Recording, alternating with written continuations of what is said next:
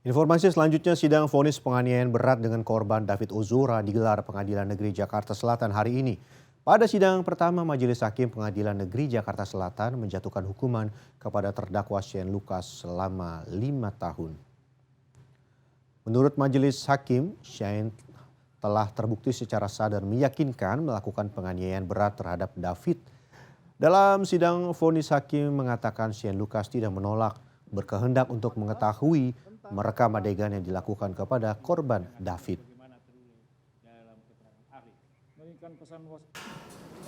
Usai Shane Lucas divonis, baru saja Hakim Pengadilan Negeri Jakarta Selatan menjatuhkan vonis terhadap Mario Dandi. Mario Dandi divonis 12 tahun penjara dan membayar restitusi 25 miliar kepada David Ozora.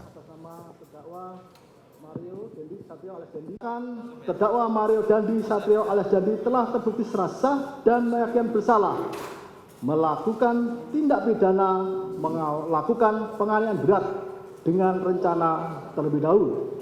2. Menjatuhkan pidana penjara oleh karena itu kepada terdakwa Mario Dandi Satrio alias Dandi dengan pidana penjara selama 12 tahun. 3. Menetapkan lamanya penangkapan dan masa penahanan yang telah dijalani terdakwa dikurangkan sunat dari pidana yang dijatuhkan. Menetapkan terdakwa tetap berada dalam tahanan. Ya, nyaris 7 bulan lamanya sejak penganiayaan berat yang dialami David Ozora, akhirnya sidang di Pengadilan Negeri Jakarta Selatan berujung vonis 12 tahun penjara kepada Mario Dandi. Dalam perjalanan proses hukum kasus ini, baik ayah Mario Dandi, yaitu Rafael Alun Trisambodo, dan ayah David Ozora, yaitu Jonathan Latumahina, mengungkap rasa sayang kepada anak lelaki mereka. Kita simak laporan khas redaksi.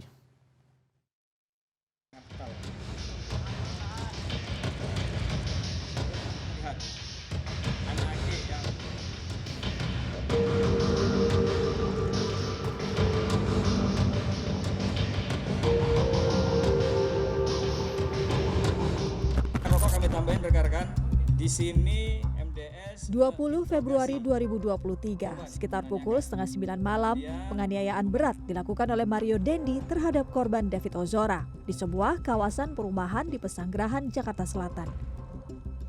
Aksi sadis Mario Dandi terungkap dalam rekonstruksi yang dilakukan polisi pada Jumat 10 Maret 2023. Akibat aksi penganiayaan berat, David Ozora sempat mengalami koma karena pergeseran ekstrim pada bagian otak. Aksi penganiayaan berat yang dilakukan Mario Dandi mengungkap identitas sang ayah, seorang pejabat Ditjen Pajak Rafael Alun Trisambodo. Unggahan Mario Dandi yang kerap pamer harta berbuntut pada pengusutan harta sang ayah, hingga akhirnya Rafael Alun Trisambodo ditetapkan sebagai tersangka oleh KPK.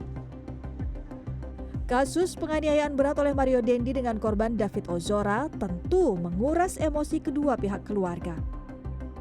Ayah korban David Ozora, Jonathan Latumahina, mengungkap perasaannya saat memberikan kesaksian dalam sidang di Pengadilan Negeri Jakarta Selatan pada 13 Juni.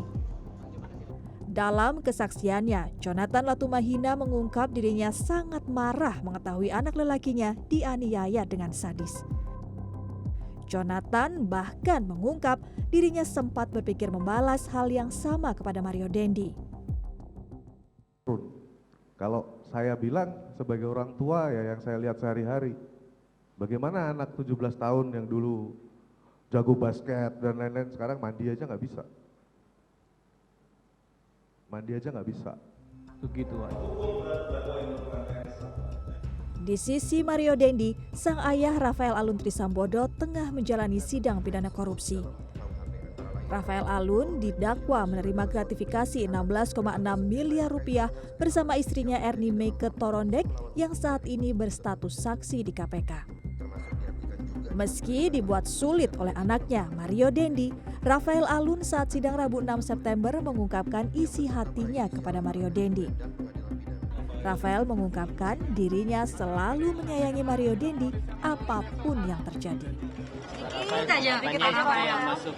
Saya mengasihi Mario dengan kasih saya yang tak berkesudahan. Saya akan mencintai dia sampai apapun yang terjadi. Terima kasih. Dalam rekonstruksi hingga persidangan terungkap, penganiayaan berat yang dilakukan Mario Dendi terhadap David Ozora berawal dari kisah asmara antara Mario Dendi, David Ozora dengan remaja perempuan berinisial AG. Puncaknya, Mario Dendi bertemu dengan David Ozora dengan bantuan remaja perempuan AG dengan dalih mengembalikan kartu pelajar. Saat pertemuan pada 20 Februari malam itulah penganiayaan berat terjadi. Disaksikan remaja perempuan AG dan Shane Lucas, rekan Mario Dendi. Penganiayaan terhenti setelah sejumlah tetangga sekitar berteriak dan menyelamatkan David Ozora. Tim Liputan CNN Indonesia.